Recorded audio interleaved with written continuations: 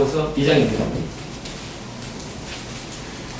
그러면 1절부터 한 줄 한 줄 읽어가면서 자세하게 살펴보시겠습니다. 1절 읽겠습니다. 내 형제들아, 영광의 주 곧 우리 주 예수 그리스도를 믿는 믿음을 너희가 받았으니 사랑을 시작하지 말라. 그런데요, 1장에 이어서 우리는 야고보는 계속해서 우리에게 권면의 말씀을 전달하고 있습니다. 그런데 오늘 제게 흥미롭게 다가오는 부분은 지금 야고보가 우리를 부르고 있는 내 형제들아 라고 하는 부분입니다. 내 형제라고 하는 것. 우리가 다들 형제와 자매가 있고 다 가족들이 있습니다. 그 의미는 우리가 한 아버지를 둔 피를 나눈 형제라는 뜻이고요. 한 아버지 밑에서 먹고 마시고 생활하고 하는 한 가족이라는 의미를 가지고 있는 것이 바로 형제들이라는 단어입니다. 나아가서는 아버지께서 우리들에게 각자에게 분깃을 나눠주시고 아버지의 모든 유업과 기업들을 분배를 받는 상속자들이 공동 상속자가 된다는 뜻이 바로 형제라는 단어에 내포되어 있는 것입니다. 그래서 지금 옆에 주위에 보시면은 앉아 계신 형제님들 있고 자매 잘생기신 분들이 있죠.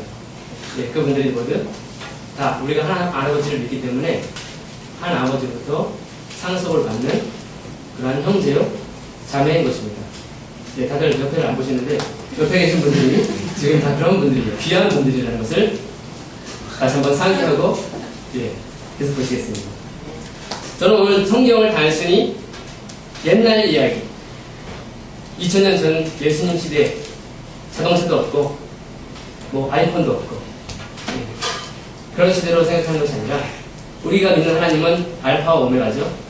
예전에도 계셨고 지금도 계시고 앞으로 장차 오실 예, 영원하신 분이죠. 그렇기 때문에 이 성경을 단순히 그냥 옛날 고리타분한 재미없는 이야기 그 옛날 사람들한테만 적용이 될 수 있는 그러한 이야기 지금 21세기를 아이폰을 지금 두들기면서 미국에서 통화를 하고 지금 오늘 아침에도 제가 미국에서 사무실에서 통화를 했는데요. 네, 그런 시대에 살고 있는데 이 성경은 그런 시대를 살고 있는 우리들에게 맞지 않는다 라고 하는 그러한 생각들을 벗어나서 성경이라고 하는 것은 영원하신 하나님께서 우리에게 주신 편지라는 것 인생 안내서라는 것 그런 관점으로 해가지고 오늘 야고보서 2장을 살펴보고자 합니다. 이렇게 우리가 성경을 본다면은 사뭇 달라질 거예요. 느낌이 지금 야고보라고 하는 사람이 우리들에게 이렇게 부르고 있습니다. 내 형제들아. 그래서 야고보는 우리들에게 지금 편지를 쓰고 있는 거예요. 우리 각각 한 사람 한 사람에게 지금 편지를 쓴 것이고 그 사랑의 편지를 우리가 받아서 보고 있다라고 생각하는 그 관점에서 우리가 그 감각으로 오늘 야고보서 2장을 함께 나누고자 합니다. 몇 년 전 이런 영화가 있었습니다. 소설로도 나오는 그런 영화인데요. 과거에 있는 사람이 어떻게 하다 보니까 미래에 있는 사람하고 만나게 됐어요. 직접 만난 것이 아니라 편지라는 매개체를 통해서 서로 연락을 주고받는 영화가 있었습니다. 그래서 과거에 있는 사람이 사랑하는 사람을 위해서 편지를 쓰면은 편지통에 넣어요. 그럼 미래에 있는 사람이 편지통을 열어보면 과거에 쓴 사랑하는 사람으로부터 편지를 받는 그런 영화가 있었습니다. 그래서 저는 그 영화를 잘못 보면서 사랑이라는 것은 시간과 공간을 초월합니다. 그래서 나도 그런 사랑을 해야겠다. 정말 사랑은 시공을 초월하는 그런 사랑이구나 라고 생각을 했었는데요. 아직까지 제가 사랑을 하지 못하는 걸 보면은 뭔가 문제가 있는 것 같습니다. 저를 계속 기대해 주시고 그런 관점에서 오늘 야고보를 보는 거죠. 1절에서 야고보는 내 형제들아 우리를 불렀고요. 그 다음에 나오는 말이 영광의 주 곧 우리 주 예수 그리스도를 믿는 믿음을 너희가 받았다라고 했습니다. 우리가 예수님을 생각하는 관념에 있어서 여러 가지 것이 있어요. 지금 야고보는 예수님을 영광의 주, 어떠한 빛나는 광채, 과거 옛날 그 베들레헴에서 마구간에서 태어난 그 말구에서 태어난 그 예수님이 아니라 가난한 목수의 아들, 요셉의 아들이 아니라 빛나는 영광의 주라고 지금 야고보는 말하고 있습니다. 우리가 생각하는 예수님도 각자가 생각하는 예수님이 있을 거예요. 어떤 사람들은 우리의 죄를 짊어지시고 내 모든 죄를 내가 마땅히 받아야 하는 심판을 받아야 하는 그것을 대신해서 치러주신 하나님의 어린 양이다. 나를 위해서 피 흘리신 그 고통받으신 채찍을 맞으신 하나님의 어린 양이다라고 생각하시는 분이 계시는 반면에 또 어떤 사람들은 선한 선생님, 정말 성경을 너무나도 쉽고 자세하고 정확하게 가르쳐주시는 랍비라고 생각하는 사람도 있을 것이고요. 또 한편으로는 내 삶의 모든 문제, 내 삶의 모든 질병들, 죽은 자도 살려내시고 걷지 못하는 자들이 일어섰고 눈먼 자가 눈을 떴고 그러한 모든 질병을 치유하시는 예수님으로도 생각하시는 분들이 있을 것입니다. 다 맞는 말이죠. 예수 그리스도께서는 2000년 전에 우리를 위해서 대신 채찍에 맞으셨고 대신 피 흘리셨고 십자가에서 죽으셨습니다. 그리고 3일 만에 부활하신 분이 바로 예수님이고 앞으로 장차 영광의 모습으로 이 땅에 오실 실질적으로 이 땅에 오셔서 다스리실 만왕의 왕이시고 만주의 주이신 영광의 주가 된 것입니다. 그런 예수님을 믿는 우리에게 야고보는 너희들이 그런 영광의 주를 믿는 믿음을 받았으니 그 믿음을 받았으니 사람을 외모로 취하지 말라고 바로 건면의 말씀을 하고 있습니다. 사람을 외모로 취하는 것, 지금 야고보가 우리에게 말씀하시는 그 사람을 외모로 취하는 것이 무슨 뜻일까요? 어떤 의미를 가지고 있는 것일까요? 그 부분을 계속해서 살펴보시겠습니다. 2절입니다. 만일 너희 회당에 금가락지를 끼고 아름다운 옷을 입은 사람이 들어오고 또 더러운 옷을 입은 가난한 사람이 들어올 때에 2절 너희가 아름다운 옷을 입은 자를 돌아보아 가로되 여기 좋은 자리에 앉으소서 하고 또 가난한 자에게 이르되 너는 거기 섰든지 내 발등상 아래 앉으라 하면 4절에 서로 구별하며 악한 생각으로 판단하는 죄가 되는 것이 아느냐 아니냐라고 지금 야고보는 이야기하고 있습니다. 이 2절에서 4절을 보면은 그들은 금가락지를 끼고 정말 좋은 옷, 명품, 비싼 옷, 아름다운 옷을 입고 회당에 모였을 때 그러니까 교회에 모였어요. 그런 사람들에게는 이쪽으로 앉으십시오. 여기 좋은 자리가 있습니다. 상속에 있습니다. 그렇게 되어 있고요. 또 가난한 사람들 옷도 허름하고 남루하고 그런 옷을 입고 온 가난한 하나님을 믿는 사람들에게는 그냥 여기 앉든지 내 발 밑에 앉든지 이제 알아서 뭐 해라. 이렇게 괄시를 했다는 것이 2절 4절에 나와 있습니다. 그 4절 보시면 그것은 너희가 서로 구별하며 악한 생각으로 판단하는 것이 아니냐라고 지금 야고보는 책망하고 있어요. 이러한 모습들은 그들이 어떠한 욕심에 이익에 이끌리고 있다는 것을 보여주는 단적인 예입니다. 부자들은 우리들에게 그걸 줄 수 있을 거라고 생각하는 거예요. 가난한 사람들에게는 우리가 아무것도 얻을 수 없는 그런 유익이 없는 하찮은 존재라고 생각을 하고 있는 것입니다. 이러한 것들은 단순히 성경에서만 나오는 것이 아니라 실질적으로 그 야고보가 살았던 그 시대 이 편지를 받고 있는 그 사람 그 수신자들의 그 교회 안에서 회당 안에서 실질적으로 일어나고 있다는 것입니다. 그래서 야고보는 그러한 것을 너희가 영광의 주 예수 그리스도를 믿는 사람들인데 왜 사람들을 구별하느냐 라고 지금 책망을 하고 있는 것입니다. 우리가 1장에서는 고아와 과부들 그들을 돕고 그들에게 사랑을 베풀고 쓸 것을 주고 또 자신을 지켜서 세속에 물들지 않는 것이 참된 강건을 소유한 자들 진정으로 하나님을 믿는 사람들이라는 것을 살펴봤습니다. 그런데 지금 2장에 들어와 보니까 그들은 그러한 모습을 살고 있지 않았습니다.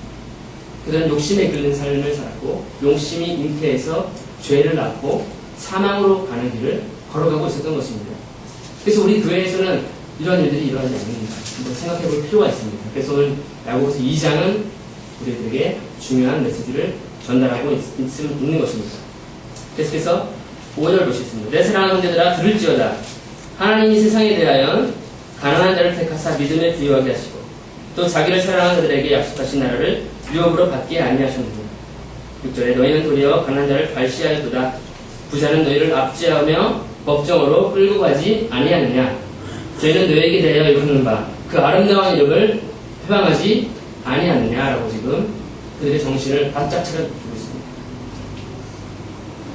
우리가 여기 계신 분들 뭐 회를 좋아하시는 분 있어요. 저는 목사님 일본에 사역을 하러 이제 가면은 목사님께서 회전스시라고 하는 그런 곳을 데려가셨습니다. 회전스시가 굉장히 싸요. 예. 그래서 거기로 들어가시는 거죠. 근데 가서 보면은 그 초밥 안에는 그 고추냉이라고 하죠. 그 초록색 예, 와사비라고도 하는 일본은 그게 들어있어요. 그러면 상큼하고 어떻게 회에 대한 신선함을 더해주는 그런 역할을 하죠. 근데 가끔 우리가 집에서나 뭐 식당에서나 회를 먹을 때 와사비를 그 고추냉이를 좀 많이 찍어서 먹었어요. 그럼 어떻게 돼요? 정신이 번쩍 들대요. 코도 막 아프고 머리도 아프고 냉면 먹을 때도 가끔 저는 이런 실수를 합니다. 마찬가지로 지금 야고보는 그들의 정신을 바짝 긴장시키고 있습니다. 5절에 보시면 내 사랑하는 형제들아 들을지어다라고 지금 외치고 있습니다. 그래서 지금 야고보가 전달하고 있는 권면의 메시지, 책망하는 것은 그들을 사랑하기 때문에 그들의 정신을 바짝 차리라고 지금 하고 있는 것입니다. 너희가 지금 무슨 짓을 하고 있는 줄 아느냐? 너희가 지금 하고 있는 짓들은 하나님의 택하신 자들, 5절에 나와 있습니다. 그리고 믿음에 부유한 자들, 계속해서 오더이죠. 또 하나님을 사랑하는 자들, 하나님의 나라를 물려받을 약속의 상속자들을 지금 너희들이 하나님 예수께서 이 땅에 다시 오실 때에 그 나라를 다시 함께 다스릴 그러한 사람들을 너희 지금 멸시하고 발시하고 있다 라고 하는 것을 다시 한번 상기시켜 주는 것이고요. 6절에서는 너희는 오히려 그런 사람, 가난한 자를 돕지 않고 너희들을 압제하는 자, 너희들을 법적으로 끌고 가는 자, 그리고 너희들의 이름, 크리스찬이라고 하는 그 귀한 이름을 회방하는 자들에게 너희들은 아첨을 하고 있다. 너희들이 가고 있는 길은 정말 한참 잘못되고 잘못되었다 라고 하는 것을 강력하게 말하고 있습니다. 이것은 단연 가볍게 생각할 일이 아닙니다. 왜 야고보는 이렇게 내 형제들아 들을지어다라고 제발 들어라. 부모님들이 자식들에게도 제발 말 좀 들어라. 그 간절한 마음으로 지금 야고보는 이 메시지를 전달하고 있습니다. 이러한 일들이 지금 과거에 존재했던 실제 교회 안에서 행해지고 있었다는 것이고요. 우리들은 과연 이러한 모습이 없는가 살펴볼 필요가 있고 점검할 필요가 있습니다. 우리 직장에서뿐만 아니라 교회에서뿐만 아니라 직장이나 또 가족이나 옆에 있는 친구들이나 그런 사람들에게 우리가 이러한 행동을 하고 있지 않는가 우리가 살펴볼 필요가 있습니다. 이 죄는 이러한 것들은 왜 심각한 것이냐? 왜냐하면 이러한 행동들은 영광의 주라고 하는 예수 그리스도의 최고의 법을 위반한 범법 행위라는 것입니다. 8절 읽겠습니다. 너희가 만일 경에 기록한 대로 내 이웃 사랑하기를 내모가 하라 하신 최고한 법을 지키면 잘하는 것이로나 9절에 만일 너희가 외모로 사람을 취하면 죄를 짓는 것이니 율법이 너희를 범죄자로 정하리라. 7절 누구든지 온 율법을 지키다가 그 하나에 거치면 모두 범한 자가 되나니 가늠하지 말라 하시니가 또한 살인하지 말라 하셨은즉 네가 비록 가늠하지 아니하여도 살인하면 율법을 범한 자가 되느니라 라고 지금 계속 하고 12절 13절 보겠습니다. 너희는 자유의 율법대로 심판받을 자처럼 말도 하고 행하기도 하라. 긍휼을 행하지 아니하는 자에게는 긍휼은 심판이 있습니다. 긍휼은 심판을 이기고 자랑하느니라 라고 되어 있습니다. 이 땅의 모든 각 나라들은 법이 있습니다. 통치체제가 있습니다. 그래서 그 법에 의해서 나라가 다스려지고 집행이 됩니다. 만일 그 법을 어긴 사람들이 있다고 한다면 그 법에 의해서 그 범죄자들은 심판을 마땅히 받게 되어 있습니다. 그것이 우리 지금 살고 있는 이 세상도 그러한 이치로 돌아가고 있습니다. 그렇다면 영광의 주께서 곧 우리가 믿는 예수 그리스도께서 이 땅에 다시 오셔서 왕으로서 다시 오셔서 통치하시고 다스릴 때에는 어떠한 법으로 다스릴까요? 우리는 다 그걸 알고 있는 사람들입니다. 왜냐하면 우리는 그분의 백성이기 때문입니다. 우리는 그분을 왕이라고 부르고 있습니다. 그렇기 때문에 우리가 알고 있어요. 어떤 법인가요? 그것은 8절에 나와 있는 대로 최고한 법입니다. 왕의 법입니다. 내 이웃을 내 몸과 같이 사랑하라는 그리스도의 법인 것입니다. 그런데 우리가 이 내 이웃을 내 몸과 같이 사랑하라. 우리 다 모르는 사람이 없어요. 그렇죠? 그런데 우리는 이 법을 어떤 법의 개념으로 꼭 마땅히 지켜줘야 할 의무감으로 생각하지 않았어요. 그냥 형제사랑, 이웃사랑 해야지. 선생님 사랑합니다. 만나면 교회에서는 장님 사랑합니다. 너무 쉽게 말로만 하고 있었다는 거죠. 그것은 우리의 굉장히 큰 오해였다는 것입니다. 지금 야고보는 그렇게 언급을 하고 있어요. 그리고 11절에 대해서 보시면은 야고보는 간음에 대해서 또 살인에 대해서 언급을 하고 있습니다. 왜 이러한 부분을 언급을 하고 있을까요? 예수 그리스도께서도 3년 반 동안 공생의 사역을 하실 때에도 간음과 살인에 대해서 언급한 부분이 있어요. 예수님께서 간주하시는 간음죄는 무엇일까요? 우리가 이 시간 마태복음 5장 27절 함께 살펴보겠습니다. 마태복음 5장 27절부터 30절입니다.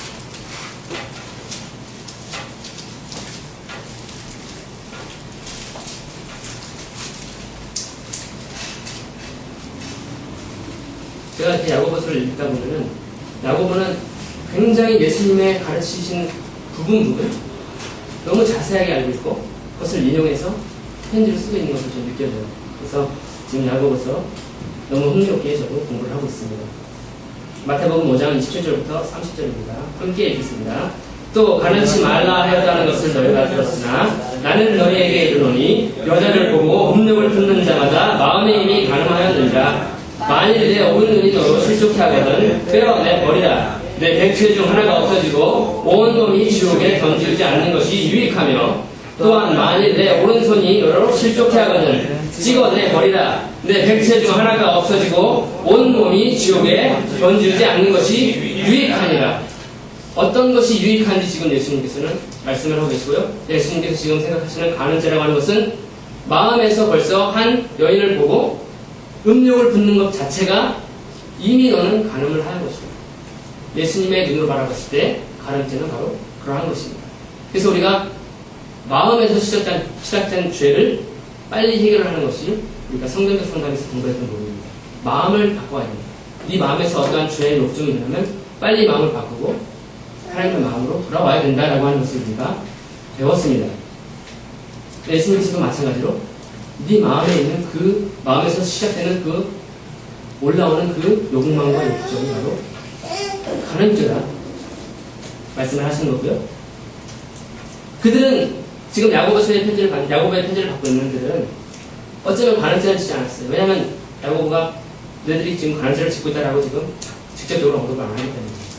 그러나 예수님께서 생각하시는 예수 그리스도의 법으로 봤을 때 그 법으로 본 살인죄에 대해서는 그들은 지금 할 말이 없습니다. 그 야고보는 지금 살인죄에 대해서 언급하고 있습니다. 그럼 예수님께서 생각하시는 살인죄는 무엇일까요? 그것도 마태복음 5장 21절, 22절에 나와 있습니다. 마태복음 5장 21절부터 22절까지 우리가 함께 읽어보겠습니다. 읽겠습니다.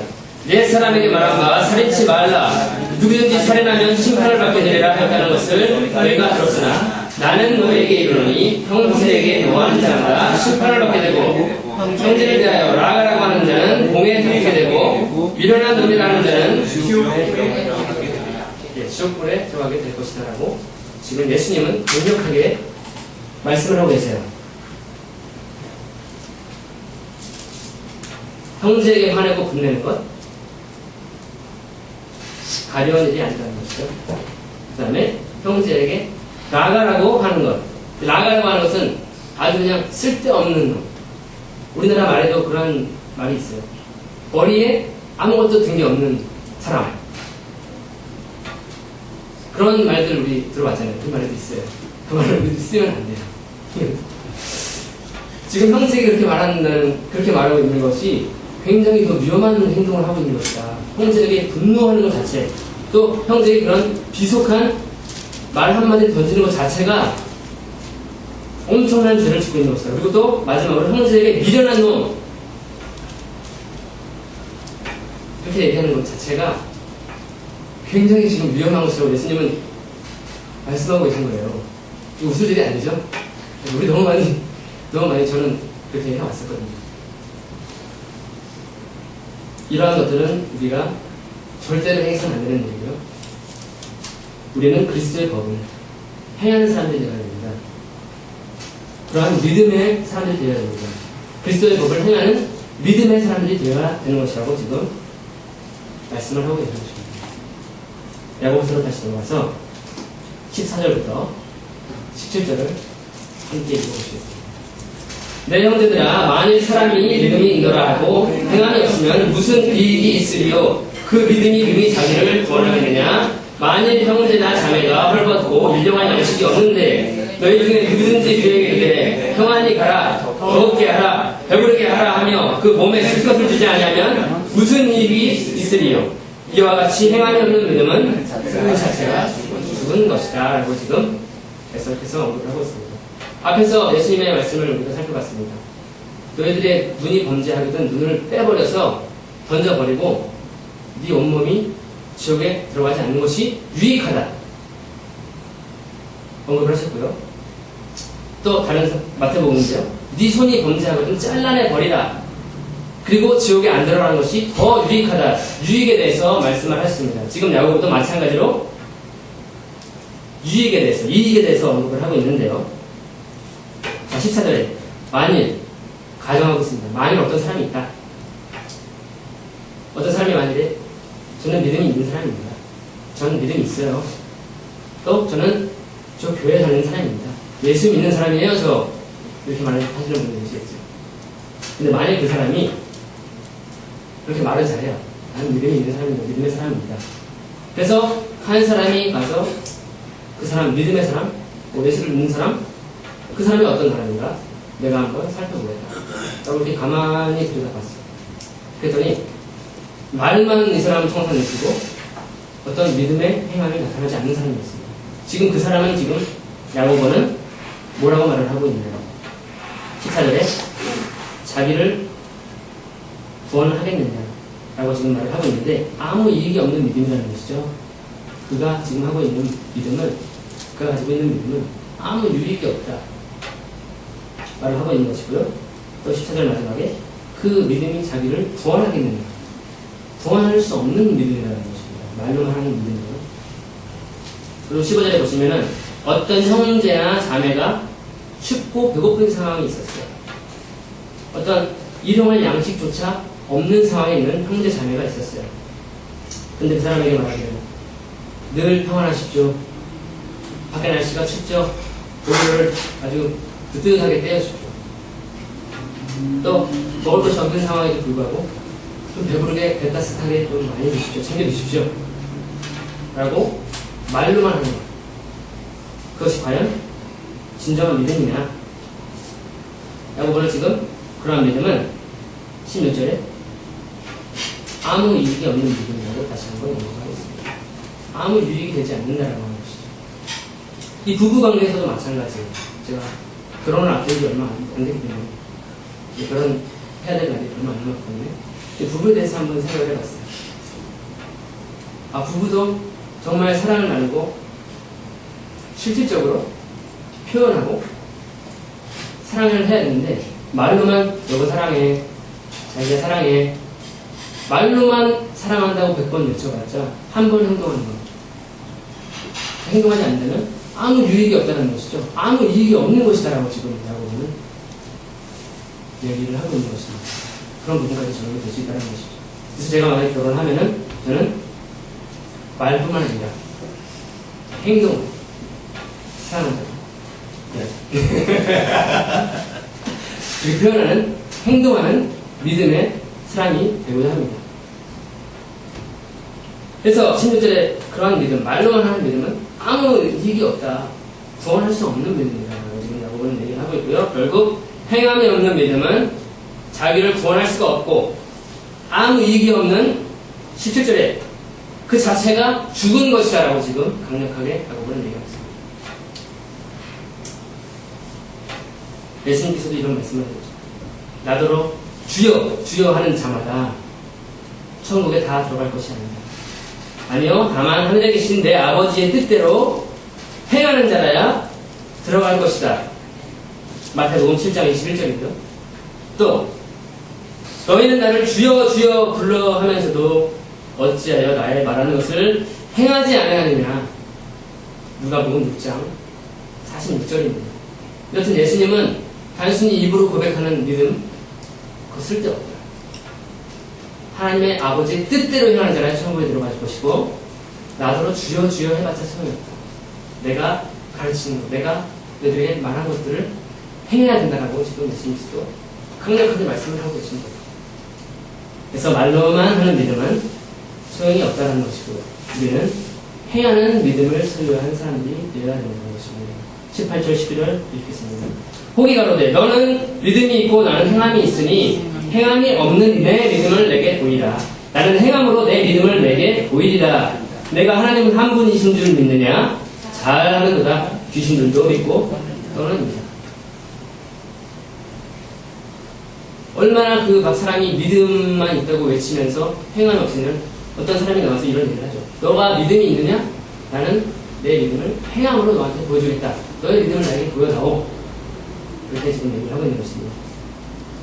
네가 지금 하고 있는 믿음, 네가 지금 외치고 있는 믿음, 그 믿음은 19절에 보시면 귀신들도 가지고 있는 믿음이다. 우리는 하나님을 믿습니다. 또 그의 아들 예수 그리스도가 우리의 유일한 구원자이심을 믿습니다. 또 그 예수 그리스도는 이 땅에 다시 오실 것을 우리는 믿는 사람입니다. 실질적으로 이 예수라고 하는 존재는 이 성경 안에 있는 인물이 아니에요. 실질적으로 밖에 보시면은 지금 미국은 오바마 대통령이 통치를 하고 우리나라는 이명박 대통령께서 통치를 하고 있죠. 실질적으로 나라와 권세와 모든 정사와 주관을 그 발 아래 복종시킬 예수 그리스도가 바로 우리가 믿는 예수 그리스도예요. 실질적으로 이 땅에 오실 거예요. 그렇기 때문에 우리는 그 믿음을 예수 그리스도를 기다리는 믿음을 소유해야 되는 것인데요. 지금 여기서 말하고 있는 내용은 그 말로만 하는 믿음은 귀신들도 가지고 있다. 그 귀신들이 가지고 있는 믿음들이 어떤 믿음일까요? 그들은 예수 그리스도의 법에 순종하지 않는 믿음입니다. 그들은 하나님의 뜻을 행하고자 하는 마음이 전혀 없는 믿음입니다. 그리고 그들은 예수 그리스도가 이 땅에 다시 오실 때에 불지옥에 들어가는 믿음을 가지고 있는 것입니다. 그들도 하나님을 믿어요. 예수가 그리스도라는 걸 알아요. 믿고 있습니다. 근데 그들이 가지고 있는 믿음은 그들을 구원할 수가 없습니다. 그들에게 예비된 것은 바로 불지옥밖에 없습니다. 근데 지금 19절에서 지금 야고보는 귀신들도 그런 믿음이 있다. 행하지 않는 믿음은 그런 믿음입니다. 그래서 그들은 마지막에 심판을 받게 되는 그런 믿음이라는 것이고요. 결국 그들이 가지고 있는 믿음은 허탄한 믿음이라는 것입니다. 그들 또한 그 믿음을 가지고 있는 그들 또한 허탄한 존재가 되는 것입니다. 20절입니다. 아, 허탄한 사람아, 행함이 없는 믿음이 헛것인 줄 아느냐, 알고자 하느냐. 우리 조상 아브라함이 그 아들 이삭을 제단에 드릴 때에 행함으로 어렵다 하심을 받은 것이 아니냐. 네가 보거니와 믿음이 그의 행함과 함께 일하고 행함으로 믿음이 온전케 되었느니라. 23절 이에 경에 이른 바 아브라함이 하나님을 믿으니 이것을 의로 여기셨다는 말씀이 응하였고 그는 하나님의 벗이라 칭함을 받았나니 이로 보건대 사람이 행함으로 어렵다 하심을 받고 믿음으로만 아니니라. 25절 또 이와 같이 기생 라합이 사자를 접대하여 다른 길로 나가게 할 때에 행함으로 어렵다 하심을 받은 것이 아니냐. 26절 영혼이 없는 몸이 죽은 것 같이 행함이 없는 믿음은 죽은 것입니다. 라고 하면서 야고보는 2장을 마치고 있습니다. 믿음의 조상, 위대한 믿음의 조상 아브라함이라고 하는 사람. 그 사람도 초창기에는 그 믿음이 연단되지 않아서 마치 우리가 가지고 있는 믿음처럼 어린 믿음이었습니다. 근데 나중에 하나님께서 그 믿음을 점점 강하게 하시고 그 25년이라는 세월 동안에 그를 훈련시키셨습니다. 그 훈련 도중에 그는 큰 실수를 범하기도 했어요. 뭐 이스마엘이라고 하는 이집트, 애굽 사람을 취해서 그런 실수를 범해서 하나님에게 호되게 손줄을 나기도 했습니다. 그런데 25년 지나서 100세에 그 믿음이 이제 온전해졌어요. 그래서 얻은 아들이 바로 100세에 얻은 아들이 이삭이라고 하는 귀하디 귀한 아들을 얻었습니다. 정말 애지중지, 정말 지금 병원에 가보시면 임신을 하지 못하는 부부들이 너무나도 많아요. 그래서 그 아기를 얻고자 해서 수정관 안에 아기라든지 인공수정이라든지 해서 간절하게 그 아기를 해서 뭐 있는 돈 없는 돈 다 투자해서 아기를 얻습니다. 그러면 그 부모님들이 얼마나 기뻐요. 그 아기를 보면서 정말 온 세상을 다 가진 것처럼 기뻐하죠. 근데 아브라함이라고 하는 사람이 어떻습니까? 100세에 얻었어요. 그 전에 사라라고 하는 사람은 경수가 끊어졌어요. 아기를 가질 수 없는 상황이 됐어요. 그럼에도 불구하고 주께서 와서 너에게 아들이 있을 것이다. 그래서 사라가 웃었어요. 그래서 그 아들 이름이 이삭이라는 것이죠. 근데 그 말씀대로, 하나님께서 하신 말씀대로 100세에 얻었어요. 정말 귀한 아들이에요. 정말 자기가 더 귀한 그런 아들이었어요. 자기 분신과 자기 목숨과도 같은 아들이었는데 하나님이 아브라함에게 말씀하십니다. 내 아들 이삭을 모리아 산으로 데리고 와서 번제로 드리라. 저 같은, 만약에 제가 아브라함이었으면은 하나님 왜 그러시죠? 100세에 겨우 얻었는데 내 기업과 유업들을 물려줄 수 있는 주께서 25년 전에 저에게 말씀하신 그 약속의 아들이 이 아들인데 왜 주님 주기로 하십니까? 안 됩니다. 저는 주님께 드릴 수 없습니다. 어떻게 이 귀한 아들을 토막을 내서 각을 떠서 번제로 당신 앞에 드리겠습니까? 저 같았으면 아마 그렇게 말을 했을 수도 있을 것 같아요. 근데 아브라함은 한마디 말도 안 했습니다. 주께서 주셨으니 이 아이가 죽더라도 주께서 다시 살리실 것이라는 믿음을 가졌다고 지금 성경은 이야기하고 있습니다. 그래서 어떻게 했어요? 이제 뭐 나무와 그런 것들, 칼, 불 이런 것 들고 아들하고 같이 산으로 올라갑니다. 우리가 하나님 앞에 가서 경배드리고 내려올 것이다.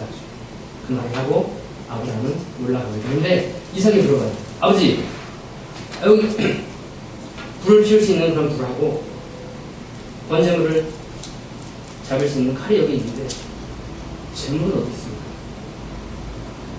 그 아들이 물어보거든요. 참 그 아버지 마음으로서는 하나님의 말씀을 순종해야 되는데 그 아들에게 물어봤을 때는 마음이 얼마나 아플까?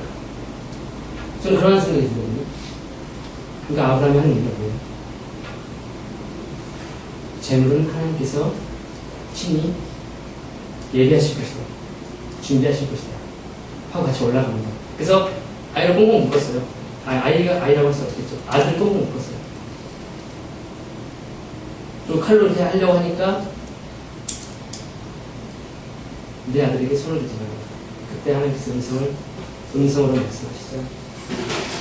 그래서 결국 그 한 규중에 있던 어린 양을 잡아서 대신해서 하나님께 바칩니다. 그 모습, 그 모리아 산에서 바쳐진 그 모습이 바로 우리가 갈보리 언덕, 골고다 언덕에서 볼 수 있는 십자가의 예수 그리스도의 모습이죠. 우리를 대신해서 죽으신 그 모습입니다. 그 모습을 우리는 보았습니다. 결국에 그 믿음이 어떻습니까? 아브라함이 그렇게 실천하는 믿음이었어요. 하나님의 말씀에 뿔을 달지 않고 행하는 믿음을 가졌던 사람입니다. 그렇다면 어떤 사람은 이렇게 얘기할 수 있을 거예요. 그 사람은 믿음의 위대한 사람 아니냐? 그런 하나님과 하나님의 친구라고 하는 그러한 친근한 하나님의 사람이 아니냐? 우리하고는 좀 얘기가 다르지 않느냐? 라고 얘기를 할 수가 있을 거예요. 그래서 지금 야고보는 그 이유 여호와의 막론을 막는 예를 또 하나 드립니다. 그 사람이 누구냐면 바로 하갈입니다. 하갈 아니죠. 라합이죠. 죄송합니다. 라합입니다. 그는 가난한 사람이었어요. 근데 하나님에 대한 소문만 들었습니다. 하나님이 지금 엄청난 일을 하고 계신다. 이스라엘 백성들을 애굽이라고 하는 그 위대한 나라, 막강한 나라에서 그들을 다 하나님의 진노로서, 재앙으로서 진노하시고 재앙으로 치시고 그들을 이끌어내고 있다. 그들을 가나안 땅으로 인도하고 있다. 그 깊은 바다, 홍해 바다를 건너게 하셨다. 라고 하는 그런 소문만 들었던 사람입니다. 기생이 나옵니다. 우리도 마찬가지로 예수님 본 사람 한 사람도 없어요. 우리도 복음을 전해드린 사람입니다. 2000년 전에 많은 하나님의 사람들이 선포한 또 기록한 이 성경과 그 사람들을 통해서 우리가 들은 라합과 같은 사람입니다. 이방인입니다. 근데 기생 라합이라고 하는 것은 말이 좋아서 기생이죠. 예, 우리나라 말로 잘 보내서 기생이라는 것입니다. 사실은 정말로 이방인 중에서도 가장 낮은 신분의 이방인이라고 할 수 있는 기생이라는 신분을 가졌던 사람입니다. 그런 사람이 어떠한 믿음을 소유하고 있습니다. 지금 나오고는 설명하고 있습니다. 그 사람은 그렇게 하나님께서 엄청난 일을 하고 계신다 라고 해서 그런 소문을 주었어요. 그래서 정탐꾼들을 보냈죠. 이스라엘에서. 그런데 그 정탐꾼들을 숨겨줬어요. 그리고 하나님께서 이 땅을 취하실 때에 우리 가족을, 나와 내 가족들을 좀 생각해라. 나도 그 일부분을 차지하고 싶다. 그 너희들이 차지할 그 유업에서 나도 한 부분이 되고 싶다. 라고 하는 믿음을 가졌어요. 그래서 목숨을 걸고서 그들을 숨겨줬어요. 결국엔 라합의 남편이 살몬이라고 하는 사람이죠.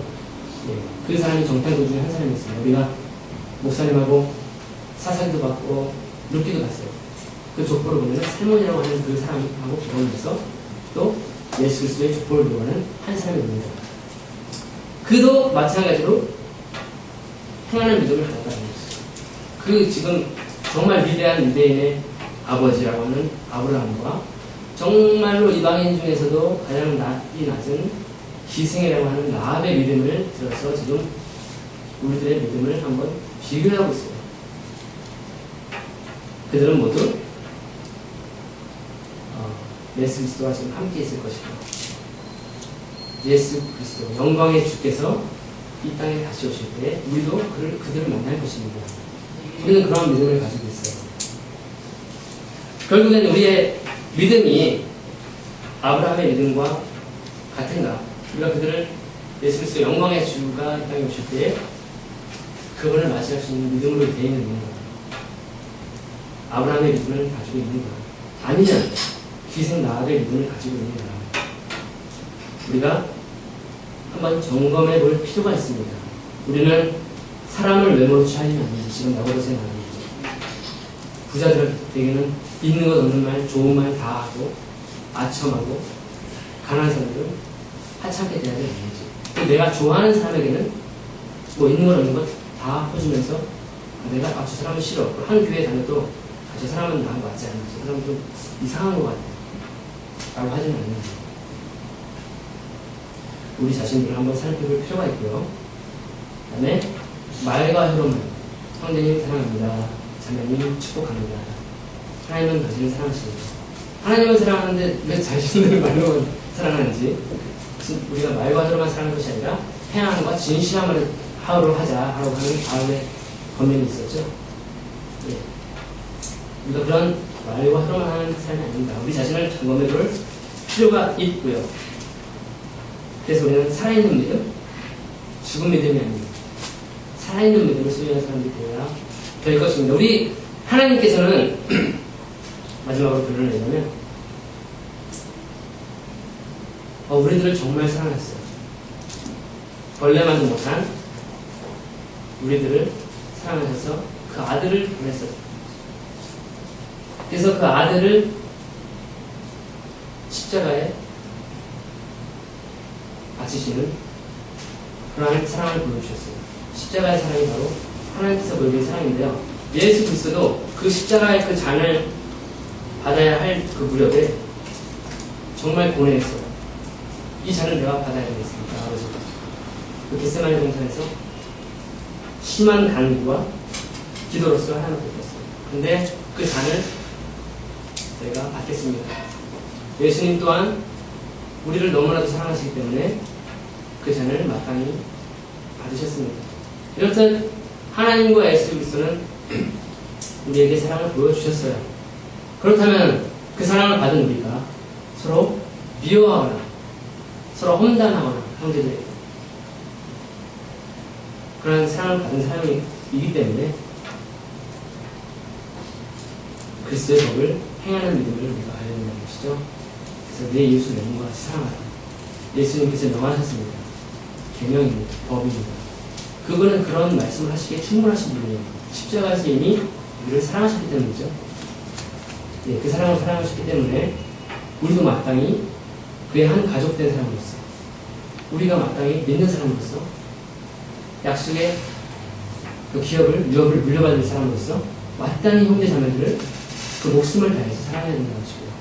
마찬가지로 이 원리는 부부에게도 또 부모 자식 간에도 우리 주위에 있는 모든 이웃 사람에게도 적용이 되는 말씀입니다. 그래서 우리가 말과 혀로만 사랑하는 것이 아니라 실질적으로 행하는 믿음을 소유한 그러한 살아있는 믿음을 소유한 사람이 되어서 영광의 주 그리스도가 이 땅에 다시 오시는 그 날을 기다리는 그러한 저와 여러분의 주의 이름으로 소망합니다.